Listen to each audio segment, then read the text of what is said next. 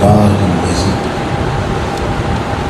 زین النبیین بحبیبہ المصطفیٰ ومن علی المؤمنین بنبیہ المجتبیٰ الصلاة والسلام علی سیدنا و مولانا محمد خیر الورا وعلی آلہ و اصحابہ المتعدبین بالتقویٰ اما بعد فاعوذ باللہ السمیع العلیم من الشیطان اللعین الرجیم بسم اللہ الرحمن الرحیم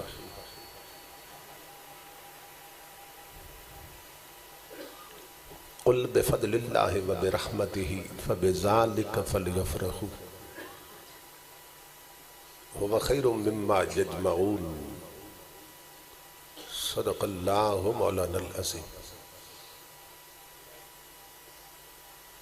ان اللہ وملائکتہ یصلون علی النبی یا ایہا الذین آمنوا صلوا علیہ وسلموا تسلیما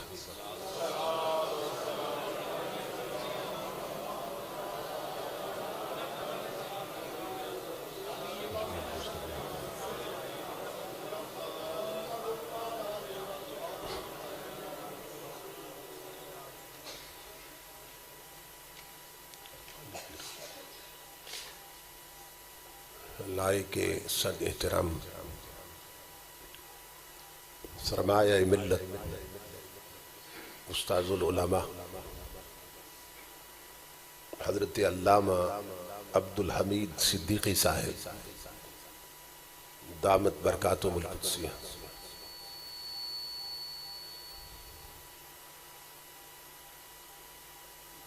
خطیب اسلام برادر عزیز مخلصی فی اللہ حضرت علامہ محمد اسجد صاحب زید مجدہ پیکر اخلاص و محبت برادر عزیز محترم حکیم محمد اسجد صاحب حفظہ اللہ تعالی، خطیب اسلام برادر عزیز حضرت علامہ قاری گلزار احمد صاحب اور دیگر معزز مشائخ و علماء کرام اور معظم خواتین و حضرات، اللہ رب العزت کا لاکھ لاکھ شکر ہے کہ جس نے اپنی توفیق خاص سے آپ کو اور مجھے اپنی پاک بارگاہ میں حاضری کا شرف عطا کیا اور بارگاہ رسالت مآب صلی اللہ تعالیٰ علیہ وآلہ وسلم میں گلہائے عقیدت پیش کرنے کی سعادت عطا فرمائی۔ اس عظیم الشان پروگرام کے انعقاد پر میں آپ تمام حضرات کی خدمت میں بالعموم اور برادر محترم خطیب اسلام مجاہد اہل سنت حضرت علامہ قاری شہزاد احمد قادری صاحب زیدہ مجدہ اور ان کے جملہ رفقا اور معاونین کی خدمت میں بالخصوص دل کی عطا گہرائیوں سے ہدیہ تبریک و تحسین پیش کرتا ہوں اور دعا کرتا ہوں کہ اللہ رب العزت دوستوں کی اس محنت کو اور ہم سب کی حاضری کو اپنی پاک بارگاہ میں قبول و منظور فرمائے۔ میں اپنے برادر عزیز محترم عبد الرؤف صاحب کے لیے بھی دعا گو ہوں جو کھاریاں کے علاقے سے بڑی عقیدت اور محبت کے ساتھ تشریف لائے۔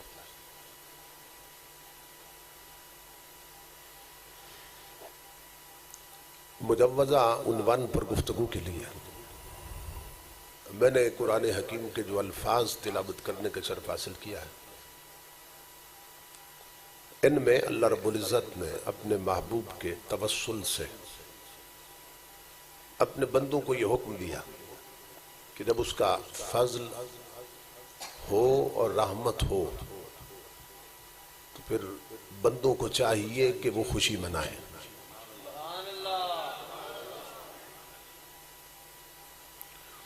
آج اکثر لوگ یہ سوال کرتے ہیں کہ یہ جو حضور کی آمد پہ خوشیوں کا اظہار کرتے ہو تو یہ کہاں سے ثابت ہے؟ تو وہ لوگ جو حضور کی آمد پہ خوش ہوتے ہیں اور خوشیوں کا اظہار کرتے ہیں انہیں چاہیے یا تو یہ آیت یاد کر لیں یا اس کا ترجمہ یاد کر لیں یا اس کا مفہوم یاد کر لیں۔ جب کوئی سوال کرے کہ حضور صلی اللہ علیہ وسلم کا میلاد کیوں مناتے ہو اور حضور کی آمد پہ خوشیوں کے جشن کیوں مناتے ہو، پھر آپ اسے بتا سکیں کہ قرآن حکیم میں اللہ رب العزت کا ارشاد ہے کہ جب اس کا فضل ملے اور رحمت ہو تو پھر خوشی مناؤ۔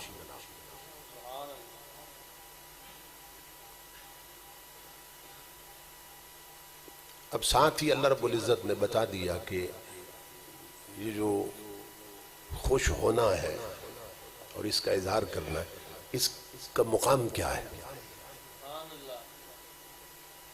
کسی اور سے پوچھنے کی ضرورت نہیں ہے،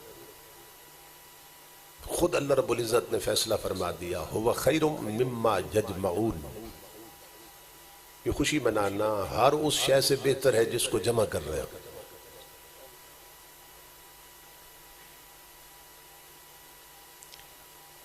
یہ توجہ طلب بات ہے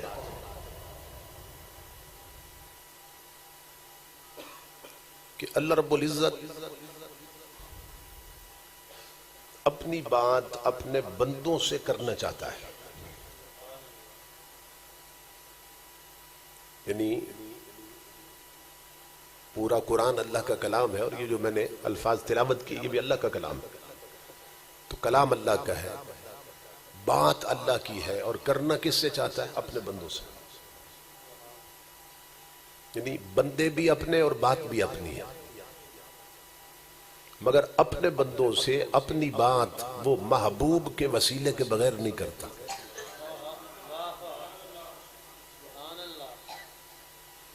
وہ فرماتے ہیں قل میرے حبیب بات میری ہے مگر فرما آپ دیں،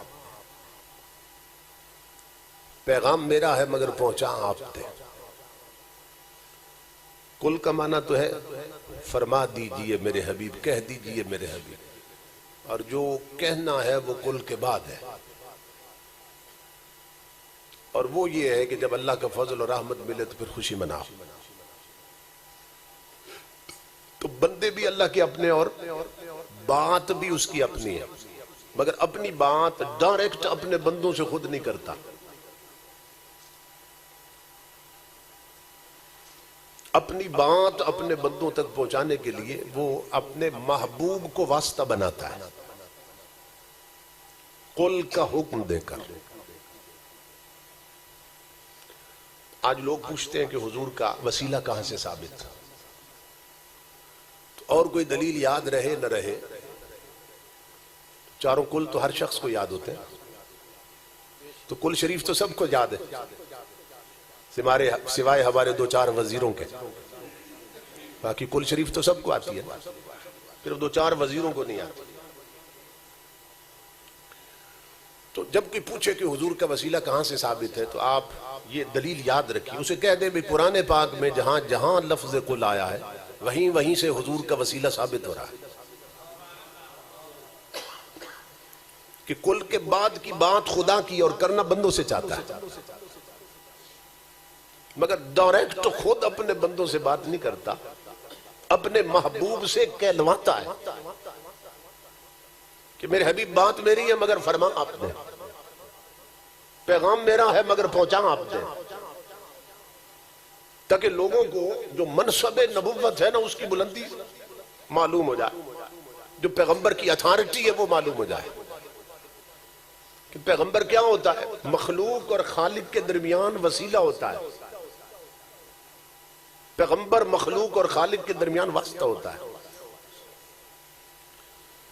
اور یہ اللہ رب العزت نے خود حکم دیا قل کہہ کر، فرمایا میرے حبیب میرے اور میری مخلوق کے درمیان واسطہ بن جاؤ، وسیلہ بن جاؤ۔ کل اللہ بتا رہا ہے کہ میں جب قادر ہو کر محبوب کے وسیلے کے بغیر بندوں سے بات نہیں کرتا تو بندے مجبور ہو کر محبوب کے وسیلے کے بغیر مجھ تک کیسے آ سکتے ہیں؟ اس کی قدرت میں ہے کہ نہیں کہ ہر ایک سے ڈائریکٹ بات کرے؟ اس کی قدرت میں ہے، وہ ہر شے پہ قادر ہے، لیکن وہ بات نہیں کرتا ڈائریکٹ ہر ایک کے ساتھ۔ کیوں نہیں کرتا؟ فرمایا میری قدرت میں تو ہے لیکن میرا یہ قانون نہیں ہے۔ ایک ہوتا ہے اللہ کا قانون، ایک ہوتی ہے اللہ کی قدرت۔ اس کا قانون کیا ہے کہ اختلاط زوجین سے آگے نسل چلتی ہے، میاں بیوی کے ملاپ سے آگے نسل چلتی ہے، یہ اس کا قانون ہے۔ مگر آدم علیہ السلام کا باپ کون ہے؟ آدم علیہ السلام کی ماں کون ہے؟ تو ہم سارے جو آئے ہیں نا دنیا میں تو ہم اس کے قانون سے آئے ہیں، آدم علیہ السلام اس کی قدرت سے آئے ہیں۔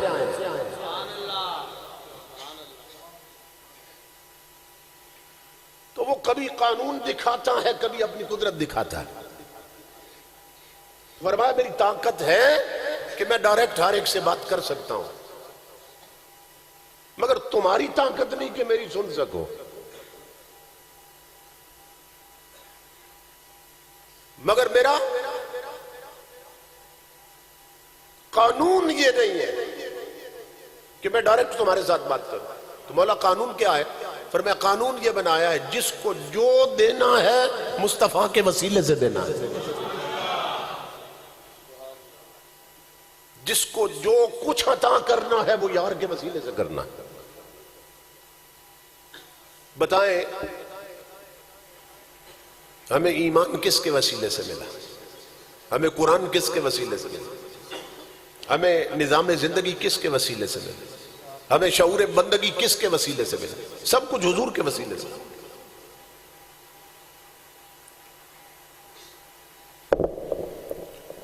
قرآن پاک میں اللہ فرماتا ہے کہ محبوب دے کر میں نے تم پہ احسان کیا ہے، وَإِن كَانُوا مِن قَبْلُ لَفِي ضَلَالٍ مُبِينٍ، اس کے آنے سے پہلے تم کھلی گمراہی میں تھے۔ یہ توجہ طلب بات ہے۔ فرما رہا ہے میرے محبوب کے آنے سے پہلے تم کھلی گمراہی میں تھے۔ جب تک محبوب نہیں آیا تھا تم گمراہ تھے۔ اب مجھے بتائیے ہدایت کون دیتا ہے؟ بولیے۔ اللہ دیتا ہے۔ تو اللہ رب العزت فرما رہا ہے کہ میرے محبوب اور حبیب کے آنے سے پہلے تم گمراہ تھے، تو جو ہدایت دیتا ہے وہ تھا کہ نہیں تھا؟ بولیے۔ ہدایت اللہ دیتا ہے نا۔ چلو حضور نہیں تھے، خدا تو تھا نا، تو پھر خدا نے گمراہوں کو ہدایت کیوں نہیں دی؟ گمراہ بھی تھے قرآن کہتا ہے، اور خدا بھی تھا مگر ہدایت نہیں دی۔ اتنے گمراہ تھے کہ گھر خدا کا تھا مگر پوجا بتوں کی ہو رہی تھی۔ اس حبیب کے آنے سے پہلے اتنے گمراہ تھے کہ باپ کے مرنے کے بعد ماں وراثت کی طرح بیٹوں میں تقسیم ہو جاتی تھی۔ اتنے گمراہ تھے اس محبوب کے آنے سے پہلے ننگی عورتیں کعبے کا طواف کرتی تھی۔ اتنے گمراہ تھے زندہ بچیاں درگور ہو رہی تھی۔ اتنے مستبد اور ظالم تھے کہ زندہ جانور کے جسم کا گوشت کاٹ کر اوپر پٹی باندھ دیتے تھے۔ سفر میں جاتے جتنے گوشت کی ضرورت ہوتی زندہ جانور کا اتنا گوشت کاٹ کے پکا لے، اوپر پٹی باندھ دیتے۔ اگلے پڑاؤ میں پھر گوشت کاٹتے زندہ جانور کا، تب تک کاٹتے رہتے جب تک وہ مر نہ جاتے، اور خوش ہوتے کہ ہم تو تازہ گوشت کھاتے ہیں۔ اتنے گمراہ تھے۔ مہربانی، مروت، رحم سے کوسوں دور اتنے گمراہ تھے۔ تو سوال یہ ہے جب ہادی بھی موجود تھا ہدایت دینے والا، گمراہ بھی تھے، اس نے ہدایت کیوں نہیں دی؟ اللہ رب العزت بتا رہا ہے میں دے سکتا ہوں مگر میرا یہ قانون نہیں ہے۔ تو بولا قانون کیا ہے؟ فرمایا جس کو دیتا ہوں وہ مصطفیٰ کے وسیلے سے دیتا ہوں۔ میں یار کے واسطے کے بغیر تو ہدایت بھی نہیں دیتا، اور کیا لوگ اس کے وسیلے کے بغیر؟ میں محبوب کے واسطے کے بغیر اپنی معرفت نہیں دیتا، اور کیا لوگ محبوب کے وسیلے کے بغیر؟ کیونکہ ایک طبقہ ایسا بھی پیدا ہو چکا ہے کہتا ہے مجھے وسیلے اور واسطے کی ضرورت نہیں۔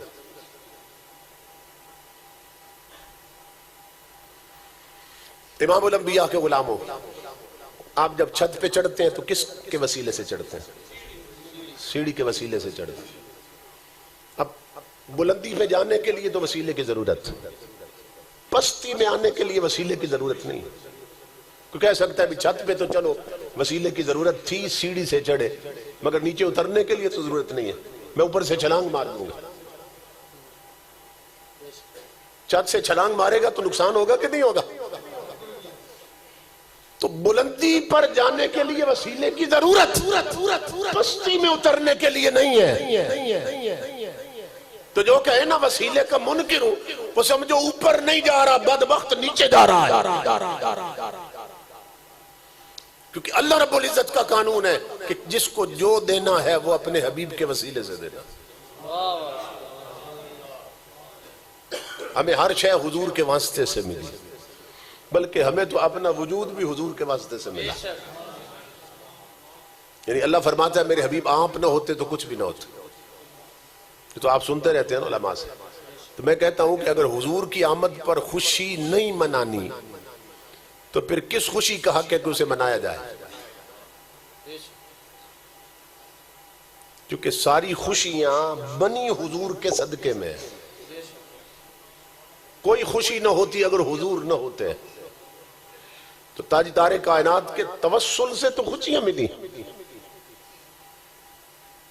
آج ماؤں کو خوش ہونا چاہیے، ربیع الاول میں ماؤں کو خوشی منانی چاہیے کہ وہ آ گیا ہے نبی اس مہینے میں کہ جس نے منڈی میں بکنے والی ماؤں کا مقام بتایا کہ خدا کی جنت اٹھا کر ماں کے پاؤں کے نیچے رکھ دی ہے۔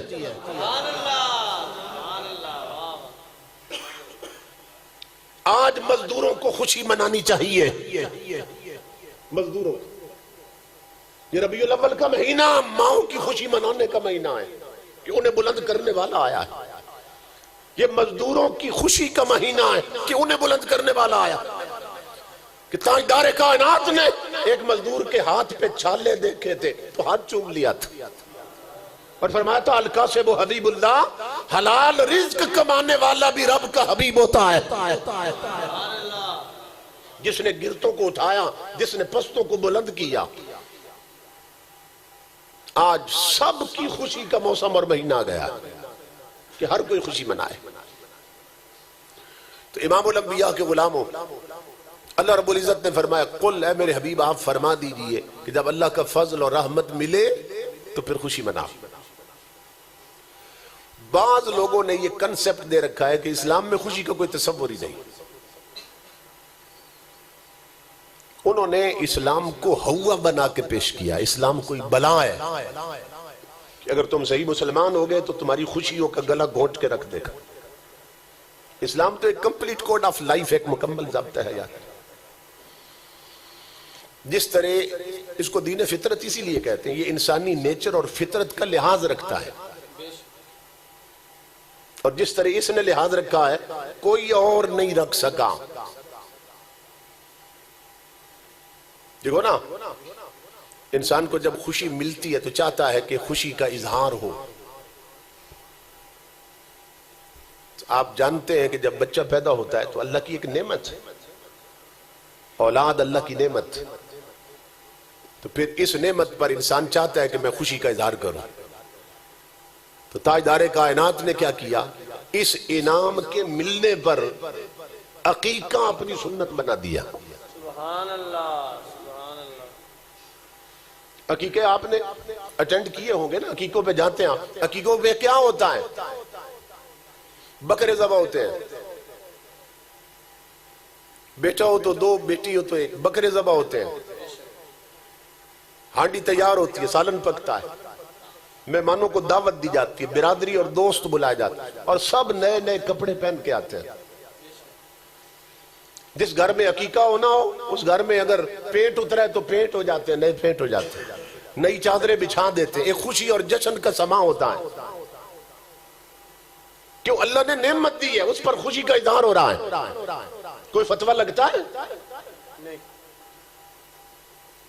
امام الانبیاء کے غلاموں، یہ جو بڑے بڑے میلاد کے منکر ہیں نا، ان کے بچوں کے ولیمے دیکھیں، اس میں بکرے کا گوشت بھی بنتا ہے، اس میں زردہ بھی بنتا ہے، پلاؤ بھی بنتا ہے، گرمیاں ہو تو ساتھ کوک بھی چلتی ہے، 7 اپ بھی چلتی، سردیاں ہو تو گرین ٹی بھی چلتی ہے۔ تو آپ بھی پوچھا کرو نا بھئی، عقیقے میں تو صرف گوشت نبی کی سنت ہے، یہ 7 اپ کس کی سنت؟ یہ گرین ٹی کس کی سنت؟ یہ زردہ اور پلاؤ اور بریانی کس کی سنت ہے؟ اور میلاد پہ انگلی اٹھانے والوں بتاؤ نا یہ کس کی سنت؟ اس کے سوا کوئی جواب نہیں دیں گے، کہیں گے جی بچے کی خوشی کا موقع ہے، اسلام نے کوئی پابندی تو نہیں لگائی ہے۔ یہ جو میلاد کے منکر ہے نا، جواب پھر یہی دیتے ہیں، دیکھو نا جی بچے کی خوشی کا موقع، اسلام نے کوئی منع تو نہیں کیا۔ اور بدبخت، اور تیرا بیٹا پیدا ہو تو اسلام منع نہ کرے، عاملہ کا لال پیدا ہو جس کے سبب سے بچے ملے تو پھر شریعت منع کر دے۔ جو نہ ہوتا نہ بیٹیاں پیدا ہوتی نہ بیٹے پیدا ہوتے، جو نہ ہوتا تو نہ ماں باپ ہوتے، نہ اولاد آدم ہوتی نہ خود آدم ہوتے۔ تو جس کے سبب سے یہ خوشیاں ملی ہے، اس کی آمد کا دن آئے تو منہ بسور کے بیٹھ جائیں۔ آپ سنی جو ہے نا وہ سن ہو کے رہتے ہیں، آپ کو اگر اپنا مسلک اس کی پہچان ہو جائے تو کسی مائی کے لال کی جرت نہیں کہ آپ پر انگلی اٹھا سکے۔ اعتراض اس لیے ہوتے ہیں کہ آپ کو اپنے مسلک کا علم نہیں ہے، آپ علماء کے قریب نہیں رہتے ہیں، اہل علم سے پوچھتے نہیں ہیں، بچوں کو لگاتے نہیں ہیں دینی تعلیم کی طرف۔ دیکھو نا، یہ اسلام نے ہی کہا نا کہ اولاد، بیٹا خوشی کا سبب بنتا ہے، تو فرمایا اس خوشی کے اظہار کے لیے حضرت صلی اللہ علیہ وسلم نے عقیقہ اپنی سنت بنا دی، چونکہ نیچر کے ساتھ تعلق ہے خوشی کا اور غم کا۔ پھر یہی بیٹا، یہی بچہ جس کا عقیقہ ہوا، جب یہ جوان ہوا اور شادی کے لائق ہوا، اب دولہا بنا۔ ہر ماں باپ کی خواہش ہوتی ہے میں اپنی زندگی میں دیکھوں بچے کو دولہا بنتا، تو دولہا بنا۔ پھر اللہ نے ایک انعام کیا نا، پھر ایک خوشی کا موقع تھا کہ یہ خوشی پھر اظہار چاہتی تھی، تو شادی پر ولیمہ میرے نبی نے اپنی سنت بنا دیا۔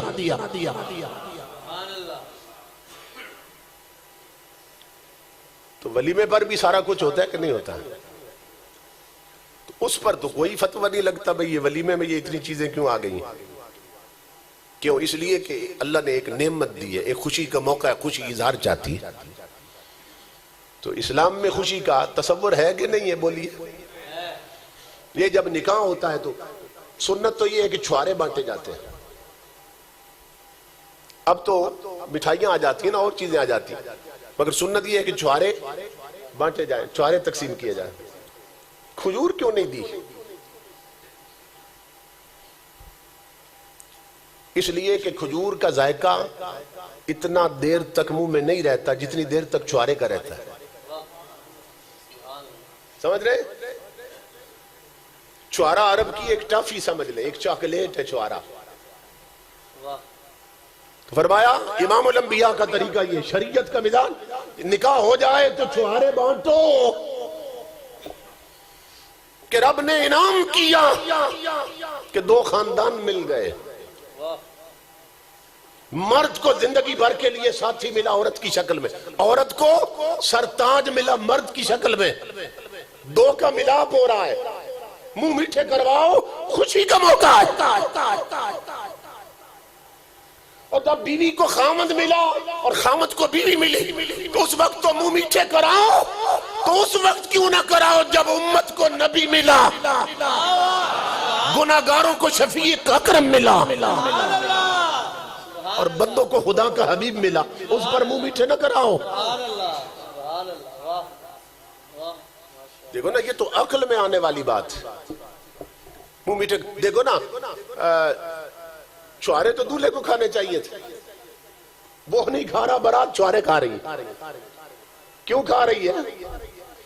اس لیے کہ آج خوشی کا موقع، ان سب کا منہ میٹھا کروا۔ امام الانبیاء کے غلاموں، اب ہم تو کراتے ہیں نا منہ میٹھے اپنی توفیق کے مطابق۔ جب اس کے اپنے حبیب کا میلاد ہو رہا تھا تو اللہ نے منہ میٹھے کرائے اپنی شان کے مطابق۔ اب سننا غور سے، وہ منہ میٹھے کیسے کراتا ہے؟ اس کے حبیب کا میلاد ہونے لگا، حضرت آمنہ فرماتی ہیں رضی اللہ تعالیٰ عنہ کہ جب میرے بیٹے کی ولادت کا وقت آیا، طبیعت پہ گھبراہٹ سی طاری ہوئی، تو فرماتی ہیں کہ اچانک غیب سے شربت کا پیالہ سامنے آ گیا۔ یہ لوگ پوچھتے ہیں نا، شربت کی سبیلیں لگاتے ہو میلاد کی خوشی میں، یہ کہاں سے ثابت ہے؟ منہ میٹھے کراتے ہو، یہ کہاں سے ثابت ہے؟ تو یہ یاد رکھنا، یہ یہاں سے ثابت ہے جہاں سے میں بیان کر رہا ہوں۔ سبحان اللہ۔ اس کو مریضان دیوبند کے حکیم الامت مولانا احمد علی تھانوی صاحب نے بھی لکھا، مریض دیکھو اور حکیم دیکھو۔ مریضان دیوبند کے حکیم الامت، انہوں نے بھی لکھا ہے، محدث ابن جوزی نے لکھا ہے، شاہ عبدالحق محدث شیخ محقق نے لکھا ہے، علامہ سیوطی نے لکھا ہے، بہت سے سیرت نگاروں نے لکھا ہے۔ حضرت آمنہ فرما رہی ہیں، حضور کی امی جان، کہ جب میرے بیٹے کے میلاد کا وقت آیا، ولادت کا وقت آیا، طبیعت پہ گھبراہٹ سی طاری ہوئی، اچانک غیب سے شربت کا پیالہ آ گیا۔ فرماتی ہیں وہ میں نے پکڑ لیا، فشربت کلہا، میں نے پینا شروع کیا اور سارے ہی پی گئی۔ فشربت کلہا، اور ہوا کیا؟ فطاب قلبی، فرماتی ہے فطاب قلبی، اس کے پیتے ہی دل خوش ہو گیا، دل بھر گیا سرور کے ساتھ۔ وہ پیتے ہی، اس سے پہلے کیا تھا؟ آنے سے پہلے دل گھبرا رہا تھا، جب وہ شربت پیا تو دل سکون میں آ گیا اور خوشی سے بھر گیا۔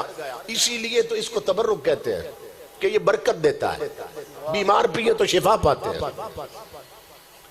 غم زدہ پیے تو غم دور ہوتا ہے۔ وہ کہتی ہے میں نے بھی جو شربت پیا میلاد نبی کے وقت، بس پیتے ہی فطاب قلبی، سینے میں ٹھنڈ پڑ گئی۔ اور اب وہ بتا رہی ہیں کہ وہ شربت کیسا تھا۔ اب سننا غور سے، احلی من العسل، شہد سے میٹھا تھا، ابید من اللبن، دودھ سے سفید تھا، ابرد من الثلج، برف سے ٹھنڈا تھا، وَأَذْكَ رَائَةً مِّنَ الْمِسْكِ، مشک و عنبر سے زیادہ خوشبو دے رہا تھا۔ حضرت آمنہ فرماتی ہیں کہ جو شربت میں نے پیا میلاد نبی کے وقت، اس میں یہ چار خوبیاں تھیں، دودھ سے سفید تھا، شہد سے میٹھا تھا، برف سے ٹھنڈا تھا، مشک و عنبر سے زیادہ خوشبودار تھا۔ اب مجھے بتائیے کہ جس دنیا میں ہم رہتے ہیں، آپ نے ایسا شربت کہیں دیکھا جس میں یہ چار خوبیاں ہوں؟ کبھی پیا جس میں یہ چار خوبیاں ہوں؟ میں تو and of the world Norway تک گیا ہوں اور یورپ میں پھرتا رہا ہوں، اتنی ڈرنکس کی ورائٹی ہے وہاں، بندہ گن نہیں سکتا۔ تو وہاں بھی ایسا شربت نہ کسی نے پیا، نہ کسی نے دیکھا، نہ کسی نے چکھا۔ یہ چار خوبیوں والا شربت، تو یہ کہاں سے ملتا ہے؟ جو میلاد کے وقت حضور کی امی نے پیا تھا۔ اب میں ایک روایت بیان کرنے لگا ہوں، آپ خود سمجھ جائیں گے یہ شربت کہاں سے آیا تھا۔ غور سے سننا آپ نے. جب نبی اکرم صلی اللہ تعالی علیہ وآلہ وسلم ہجرت فرما کے مدینہ پاک جا رہے تھے تو ساتھ کون تھا؟ حضرت سیدنا ابو بکر صدیق رضی اللہ تعالیٰ عنہ. یہ کون ہے جو انبیاء اور مرسلین کے بعد حضور کی امت میں سب سے اونچا ہے؟ وہ ہے ابو بکر صدیق. سبحان اللہ سبحان اللہ. یہ اہل سنت کا عقیدہ ہے کہ نبیوں کے بعد رسولوں کے بعد پوری کائنات میں جو سب سے افضل ہے اسی کو ابو بکر صدیق کہتے ہیں رضی اللہ تعالیٰ. بے شک سبحان اللہ. میں اور جا کے صاف کی پوری غار اور پھر حضور کو عرض کی آقا آپ تشریف لے آئے. تو امام الانبیاء اندر تشریف لے گئے تو حضور نے فرمایا کہ ابو بکر میں سونا چاہتا ہوں, تھوڑی دیر آرام کرنا چاہتا ہوں. عرض کی حضور یہاں تکیہ کوئی نہیں, بستر کوئی نہیں, میری جھولی حاضر. تاجدار کائنات سیدنا صدیق اکبر کی جھولی میں نہ سر رکھ کے سو گئے. حضرت ابو بکر صدیق رضی اللہ تعالیٰ عنہ نے آپ نے جو غار میں سوراخ تھے نہ صفائی کے دوران اپنے کپڑے پھاڑ پھاڑ کے انہیں بند کیا ہوا تھا اور ایک سوراخ رہ گیا تھا جس پر اپنی ایڑی رکھی ہوئی تھی. تو سانپ آیا اس سوراخ کی طرف سے جس پر ایڑی تھی صدیق اکبر کی. سانپ نے جب منہ لگایا نا صدیق اکبر نے پاؤں اور دبا دیا.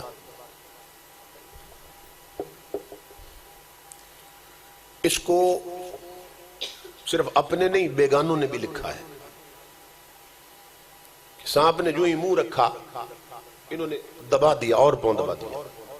تو یہاں علماء نفسیات نے ایک نکتہ لکھا ہے کہ یہ انسان کی نیچر کی بات ہے. انسان کہیں چھپ کے بیٹھا ہو نا اور اس کے جسم سے کوئی چیز ٹچ کرے, کوئی لگے جسم کے, تو فطرتاً انسان آگے نہیں بڑھتا, پیچھے ہٹتا ہے.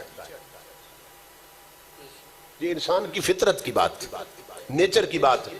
کہیں چھپ کے بیٹھا ہو, جسم کو اچانک کوئی شے لگے تو جسم پیچھے ہٹتا ہے, یہ نیچر میں. مگر وہاں کیا ہوا, سانپ نے جو ہی منہ لگایا انہوں نے ایڑی اور دبا دی. سبحان اللہ. تو حکماء اسلام لکھتے ہیں, علماء نفسیات لکھتے ہیں کہ انسان کی فطرت ہے پیچھے ہٹنا. صدیق اکبر نے ایڑی اور دبا دی. کیوں؟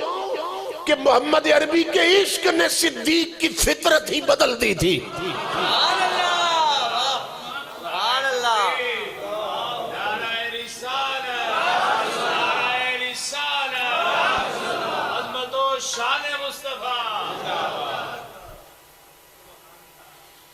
ان کی فطرت ہی بدل دی تھی. انہوں نے پاؤں اور دبا دیا. پھر سانپ نے وہی کیا جو اس کی نیچر ہے, عاشق نے وہی کیا جو اس کی فطرت بن چکی تھی. پھر سانپ نے وہی کیا جو اس کی نیچر, اس نے ڈس لیا. انہوں نے پاؤں کو جنبش نہیں ہونے دی کہ یار کی نیند خراب نہ ہو جائے. سانپ سے ڈسوا لیا, اس کا ڈنگ کھا لیا, مگر پاؤں نہیں ہلنے دیا محبوب کی نیند خراب نہ ہو جائے, آرام میں خلل نہ پیدا ہو جائے. اور مقام صحابہ پر حضرت علی کی جھولی میں حضور سو رہے تھے. انہوں نے نماز قربان کر دی تھی عصر کی کہ حضور کا آرام خراب نہ ہو جائے. یہ صدیق علی سے بھی افضل کیوں ہے کہ مقام صحابہ پر حضرت علی نے اپنی نماز قربان کی ہے, غار میں صدیق نے یار پہ جان قربان کی ہے. کوئی سمجھ آ رہی ہے آپ کو؟ یہ قربانیوں سے رتبے ملتے ہیں. ان کا کردار, ان کی سیرت دیکھو. یہی سبب ہے کہ تاجدار کائنات نے ایک بار جبرائیل امین سے پوچھا تھا, جبریل اگر اللہ رب العزت تجھ سے پوچھ لے, تو ہے نوریوں کا سردار جبریل, تو ہے فرشتوں کا سردار جبریل, اگر اللہ پوچھ لے جبریل تجھے بشر بنا دیتے ہیں, فرشتے سے بشر بنا دیتے, کون سا بشر بننا پسند کرو گے؟ تو صدیق اکبر نے عرض کی تھی میرے آقا تیری زلفوں کی قسم میں تیرا یار صدیق اکبر بننا پسند کروں گا، کیونکہ جس مجلس میں ابو بکر صدیق ہو میں دیکھتا ہوں آپ کی نظریں اسی کے چہرے پہ لگی رہتی ہے۔ تو تاجدار کائنات کے غلاموں انہوں نے ڈنگ کھائے مگر پاؤں کو حرکت نہیں ہونے تھی۔ اب جب زہر چڑھا نا، زہر کا اثر ہوا تو صدیق اکبر جبر کر کے بیٹھے تھے مگر آنکھ سے آنسو گرنے شروع ہو گئے، اور آنسو گرا حضور کے رخ انور پر۔ اس پر کسی نے منظر کشی کی ہے، وہ کہتا ہے آنسو گرا یوں ان کے رخ ماہتاب پر، قربان ہونے آئی ہے شبنم گلاب پر۔ آنسو گرا یوں ان کے، آنسو گرا یوں ان کے رخ ماہتاب پر، قربان ہونے آئی ہے شبنم گلاب پر۔ تاجدار کائنات کے چہرے اقدس پہ جب آنسو گرے آنکھ کھولی، فرمایا ما یبکی کا یا ابا بکر، او میرے پیارے تجھے کس نے رلا دیا؟ او ابو بکر تجھے کس نے رلا دیا؟ عرض کی آقا مجھے تو سانپ نے ڈس لیا۔ تاجدار کائنات نے فرمایا کہاں ڈسا ہے؟ ایڑی دکھائی، فرمایا میرے قریب کرو۔ تاجدار کائنات نے لعاب دہن اپنا تھوک مبارک جو غزوہ خیبر کے موقع پر حضرت علی کی آنکھوں میں لگا ہے، غار میں صدیق کے پاؤں پہ لگ رہا ہے۔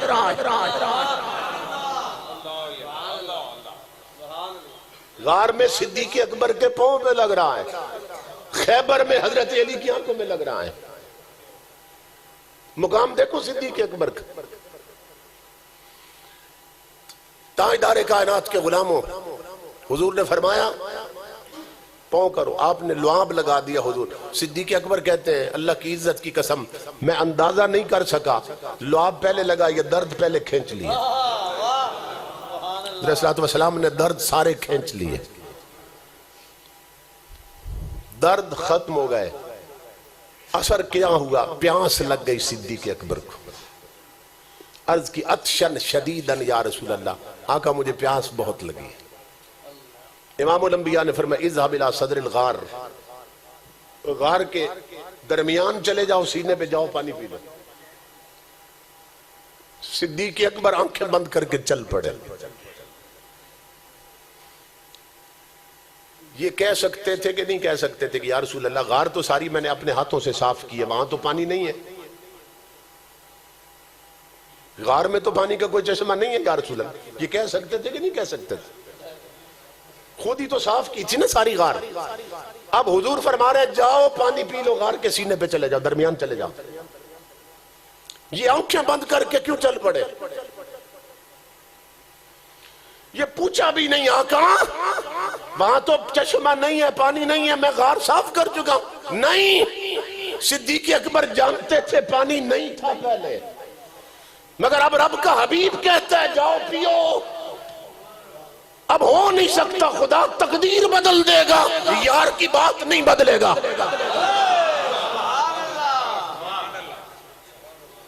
یہ اتھارٹی ہے نبی کی، یہ پیغمبر کا مقام ہے۔ قرآن میں اللہ فرماتا ہے وَاسْمَعُوا وَأَطِیعُوا، یہ پیغمبر کا مقام سمجھو، وَاسْمَعُوا وَأَطِیعُوا۔ اللہ فرماتا ہے محبوب کے غلاموں، میرے محبوب کا مقام یہ ہے کہ جب تمہیں یار کوئی بات کہتا جائے تو سوچنا نہیں، کرنے لگ جایا کرو۔ ادھر محبوب کہتا جائے ادھر کرنے والے لگ جائے، کرنے والے بن جایا کرو۔ ہم تمہیں محبوب کے حکم کے بعد سوچنے کی بھی اجازت اور مہلت نہیں دیتے، بس محبوب کہہ دے عقل قربان کن بپیش مصطفیٰ، اقبال نے کہا ہے ساری عقلیں اٹھا کر حضور کے پاؤں پہ قربان کر دو نالے میں۔ اللہ اکبر۔ صدیق اکبر چل پڑے، آقا نے فرمایا جاؤ پانی پی لو۔ جب وہاں پہنچے تو وہاں چشمہ ابل رہا تھا۔ صدیق اکبر نے پانی پی لیا۔ جب پلٹ کے آئے تو حضور نے فرمایا ابو بکر پانی پی لیا؟ جی آقا پی لیا۔ فرمایا میرے یار اب بتاؤ پانی کیسا تھا؟ یہ پوچھنا ضروری تھا۔ پیاس تو بجھ چکی تھی، پانی تو پی چکے تھے، مگر یہ کیوں پوچھا حضور نے بتاؤ پانی کیسا تھا؟ اس لیے پوچھا کہ تو بتائے اور پھر میں بتاؤں اور دنیا کو تیرا مقام اور شان معلوم ہو جائے۔ پانی کیسا تھا؟ صدیق اکبر نے عرض کی میرے آقا ایسا پانی تو زندگی میں کبھی میں نے تصور بھی نہیں کیا تھا۔ فرمایا کچھ تو بتاؤ کیسا تھا پانی؟ عرض کی آقا احلا من العسل، شہد سے میٹھا تھا، ابیض من اللبن، دودھ سے سفید تھا، ابرد من الثلج، برف سے ٹھنڈا تھا، ازکا رایۃ من المسک، مشک و عنبر سے زیادہ خوشبودار تھا۔ وہی خوبیاں جو حضرت آمنہ بتا رہی ہیں میلاد کے شربت کی، وہی خوبیاں صدیق اکبر بتا رہے ہیں غار والے پانی کی۔ بات سمجھ آ رہی ہے؟ عرض کی آقا میں نے ایسا زندگی میں کبھی پانی نہیں پیا کہ شہد سے میٹھا، برف سے ٹھنڈا، دودھ سے سفید، مشک و عنبر سے زیادہ خوشبودار۔ امام الانبیاء مسکرائے، فرمایا ابو بکر جانتے ہو پانی کہاں سے آیا تھا؟ اب جواب سننا ان کا۔ عرض کی واللہ ورسولہ اعلم، یا رسول اللہ میں نے تو پوری غار اپنے ہاتھوں سے صاف کی تھی، وہاں تو پانی نہیں تھا، مجھے معلوم تھا۔ اب یہ پانی آیا تھا غیب سے، یہ کہاں سے آیا تھا یہ غیب کی خبر ہے، غیب یا خدا جانے یا مصطفیٰ جانے۔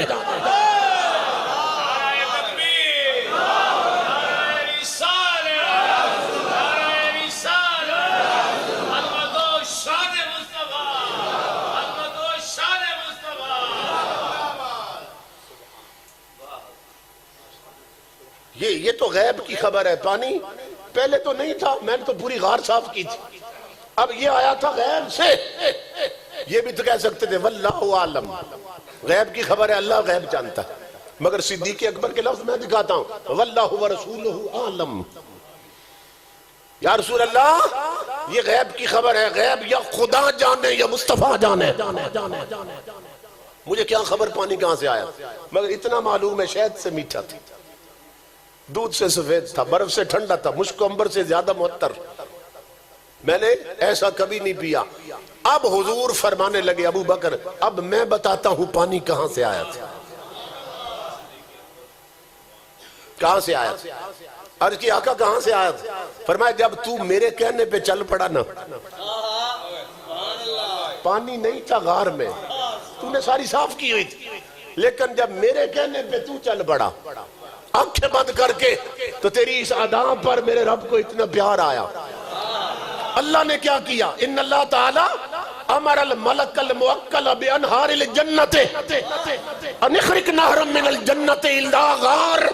سبحان اللہ، سبحان اللہ، کہ جب تو چل پڑا اللہ نے جنت کے فرشتوں فرشتوں سے کہا حکم دیا فرشتوں یار کے کہنے پہ اس کا یار چل پڑا ہے، تم ایسا کرو ابھی وہاں ابو بکر نہ پہنچے تم کوثر کی ایک نہر غار تک پہلے لے جاؤ۔ اللہ اکبر،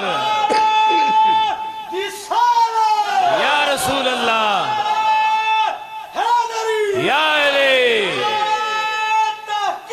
حق چاریار زندہ باد۔ ان اللہ تعالی امر الملک الموکل بانہار الجنت ان اخرج نہرا من الجنت الفردوس الى صدر الغار۔ جب تو میرے کہنے پہ چڑھ پڑا اللہ نے فرمایا فرشتوں جلدی کرو حوض کوثر کی ایک برانچ پہنچا دو وہاں پہ، ایک نہر غار تک لے جاؤ کہ ابو بکر پانی پینے چل پڑا۔ تو ابو بکر یہ پانی جنت سے آیا تھا۔ یہ بات سنی نا صدیق اکبر وجد میں آ گئے تھے اور رونے لگ گئے اور عرض کی اول یا عند اللہ حاضح المنزلہ یا رسول اللہ، آقا کیا تیرے قدموں سے لگ کر ابو قحافہ کا بیٹا ابو بکر اتنا اونچا ہو گیا ہے کہ مجھے پیاس لگے تو جنت سے پانی آتے ہیں؟ صدیق اکبر نے عرض کی آقا کیا میں اتنا اونچا ہو گیا؟ امام الانبیاء مسکرائے فرمایا میرے یار ابو بکر تیری شان کے سامنے تو یہ معمولی کیس ہے، سمجھ رہے ہیں؟ تیری عظمتوں کے سامنے پانی جنت سے آنا یہ تو معمولی بات۔ سن تو میرے رب کو اتنا پیارا لگتا ہے، والذی بعثنی بالحق نبیا، امام الانبیاء نے فرمایا ابو بکر مجھے اس ذات کی عزت کی قسم جس نے مجھے نبی بنا کے بھیجا، سننا غور سے، تو میرے رب کو اتنا پیارا لگتا ہے، یہ پانی تو معمولی بات کہ لا يدخل الجنت مبغضک ولو کان له عمل 70 نبیا، کہ اگر کوئی بندہ 70 نبیوں کے برابر نیکیاں کما لے مگر سینے میں تیرا بغض اور رب نے اس پہ جنت حرام کر دی ہے۔ نعرہ تکبیر، نعرہ رسالت، نعرہ رسالت، عظمت و شان مصطفیٰ، عظمت و شان صدیق اکبر، نعرہ تحقیق، آمد مصطفیٰ، آمد مصطفیٰ، آمد مصطفیٰ۔ سمجھ آئی؟ اب پتہ چلا پانی کہاں سے آیا، اب بتاؤں پانی کہاں سے آیا، یہ سمجھ آ چکی ہے کہاں سے آیا۔ وہی خوبیاں جو اس پانی میں ہے جو جنت سے آیا صدیق اکبر، وہی خوبیاں اس میں ہیں جو حضرت آمنہ کو میلاد مصطفیٰ کے وقت پلایا جا رہا ہے۔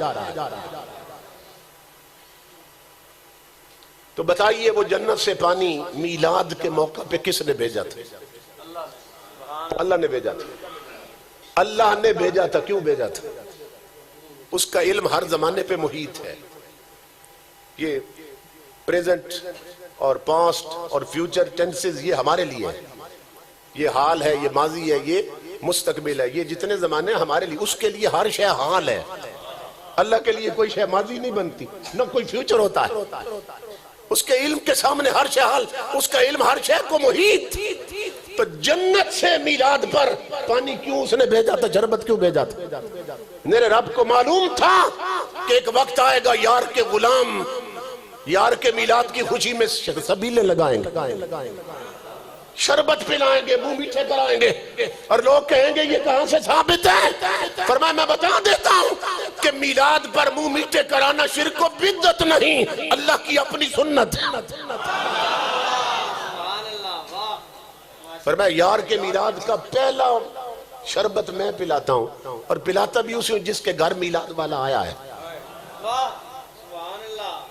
حضرت آمنہ کو پہلا شربت پلایا گیا حضور کے میلاد کا، اللہ نے اس کو اپنی سنت بنا دیا۔ اچھا عجیب بات یہ دیکھیے کہ یہ ہے وہ ماں خوشبخت جس نے جنم دیا ہے، اللہ انہیں منہ میٹھے کروا رہا ہے، شربت پلا رہا ہے، اور وہ جو دائیاں آ رہی تھی نا ان میں ایک دائی تھی حضرت حلیمہ سعدیہ رضی اللہ تعالیٰ عنہ۔ اب ان کا مقدر کہ انہیں حضور مل گئے، لیکن حضرت حلیمہ کیا فرماتی ہیں؟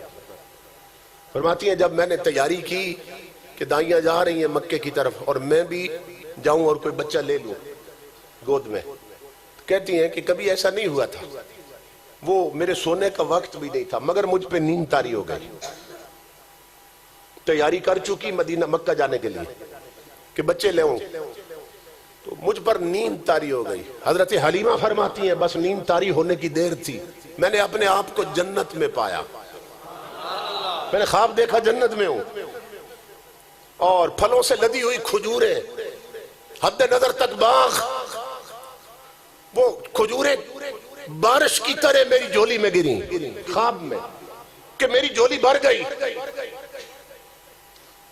خواب میں دیکھ رہی ہوں میں جنت میں ہوں، کھجوروں سے میری جھولی بھر گئی، یہ اشارہ تھا حلیمہ تیری جھولی اب بھرنے والی ہے۔ حضرت حلیمہ فرماتی ہیں خواب میں وہ کھجوریں میں نے کچھ اٹھا کے کھائیں، کہتی ہیں اللہ کی عزت کی قسم لوگوں جب میری آنکھ کھلی تو میرا پیٹ بھر چکا تھا اور کھجوروں کی مٹھاس میرے منہ میں موجود تھی۔ بات یہاں ختم نہیں ہوتی ہے، حضرت حلیمہ فرماتی ہیں میں آئی مکے میں، راستے میں پانی پیتی رہی، پیاس لگی مگر مٹھاس منہ سے نہیں گئی،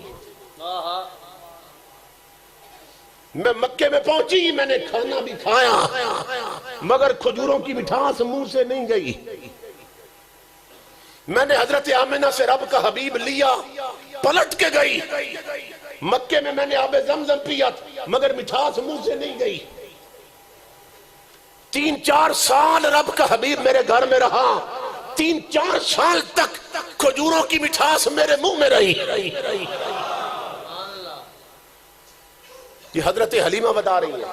فرماتی ہیں پوچھا گیا پھر وہ مٹھاس کب ختم ہوئی؟ فرمایا جس دن میں آمنہ کی امانت واپس دینے گئی نا، جو ہی میرے ہاتھوں سے رب کا حبیب نکلا مٹھاس ختم ہو گئی.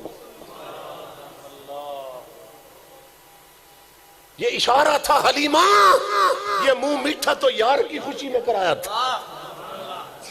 یہ منہ میٹھا تو یار کے لیے کرایا تھا. اب یار گیا تو اب حلاوتیں گئی، اب یار گیا تو اب مٹھاس گئی، اب یار گیا تو اب شیرینی گئی. تو تاجدار کائنات کے غلاموں، وہ جو خام میں اللہ نے کھجوریں کھلائیں اور 4 سال تک منہ میٹھا رکھا، تو کیوں؟ اس لیے وہ جانتا تھا محبوب کے غلام محبوب کے میلاد کی خوشی میں لڈو بانٹیں گے، مٹھائیاں بانٹیں گے، منہ میٹھے کرائیں گے. فرمایا اس کی پہل بھی میں کرتا ہوں. یہ منہ میٹھے کرانا اور شربت پلانا یہ شرک و بدعت نہیں، اللہ کی اپنی سنت. ایک بزرگ فرماتے ہیں اولیاء کرام میں سے، فرماتے ہیں کہ میں نے خواب میں حضور کی زیارت کی تو میں قدموں پہ گرا اور میں نے عرض کی میرے آقا آپ نے بڑا کرم فرما دیا، مگر مجھے ایک الجھن سی رہتی ہے، ایک ٹینشن، اس کا تو جواب دے دیں. ایک سوال ہے ٹینشن بنا ہوا یا رسول اللہ، اور وہ سوال یہ ہے کہ لوگ آپ کے میلاد کی خوشی میں صدقہ و خیرات کرتے ہیں، غریبوں میں کپڑے بانٹتے ہیں، نیاز پکا کے بانٹتے ہیں، خوشیوں کا اظہار کرتے ہیں، تو یا رسول اللہ ان کے بارے میں آپ کا ریئیکشن کیا ہوتا ہے، رد عمل کیا ہوتا ہے؟ ان کے اس عمل سے آپ ناراض ہوتے یا راضی ہوتے ہیں؟ یہ جو لوگ کرتے ہیں اتنا کہ وہ بزرگ کہتے ہیں اللہ کی عزت کی قسم خواب میں حضور نے 2 لفظوں میں مجھے جواب دیا اور سینے میں ٹھنڈ ڈال دی. حضور وہ لفظ کیا تھے؟ تاجدار کائنات نے فرمایا خود بھی سن اور آگے بتا دینا میری امت. سیدھی سی بات، من فرح بنا فرحنا بہی، من فرح بنا فرحنا بہی، کہ جو میرا امتی میری آمد پر خوش ہوتا ہے میں اپنے اس غلام سے خوش رہتا ہوں. اس لیے گھر گھر تاجدار کائنات کی آمد کے جشن مناؤ، گھروں کو سجاؤ، اور حضور صلی اللہ علیہ وسلم کے میلاد کے لیے ابھی سے اہتمام شروع کر دو. کپڑے سلواؤ، خوشبو خریدو، اور 12 ربیع الاول سے پہلے اپنے آپ کو مکمل تیار کر لو کہ تاجدار کائنات کے جشن میلاد میں ہم نے شریک ہونا. یہ بہت بڑی خوش بختی کی بات ہے. حضرت محدث ابن جوزی لکھتے ہیں کہ جہاں حضور کا میلاد ہوتا ہے، جشن میلاد، وہاں اتنی رحمتیں نازل ہوتی ہیں اس مقام پہ کہ وہاں 100 فرشتہ اللہ سے اجازت لے کر پورا 1 سال تک اس گھر کی زیارت کرتا رہتا ہے. تو یہ بہت بڑی خوش بختی کی بات ہے کہ اللہ رب العزت نے ہمیں زندگی میں یہ مہینہ عطا فرمایا. تو اپنے گھر میں چراغاں کرو، اپنے دل میں چراغاں کرو، اپنی پیشانیوں کو سجدوں کے نور سے سجاؤ، اپنی زبانوں کو تلاوت قرآن سے سجاؤ، اپنے گھر کے ماحول کو حضور کی شریعت کے نور سے سجاؤ، اپنے اس جسم کو تاجدار کائنات کی سنتوں کے ذریعے سجاؤ، من بھی سجاؤ، تن بھی سجاؤ، تاکہ پتہ چلے کہ تاجدار کائنات کا فیض اندر سے باہر تک امت میں بٹ رہا ہے. تو میں بہت زیادہ خوش ہوا حضرت علامہ قاری شہزاد احمد قادری صاحب کی زیارت کر کے اور دوستوں سے مل کے، اتنے علماء کی زیارت کر کے. اللہ رب العزت ان کا سایہ ہمارے سروں پہ قائم رکھے اور اس مرکز کو آباد رکھے، اور جو دوست دور سے قریب سے تشریف لائے اللہ سب کو قدم قدم پہ اجر عظیم عطا فرمائے.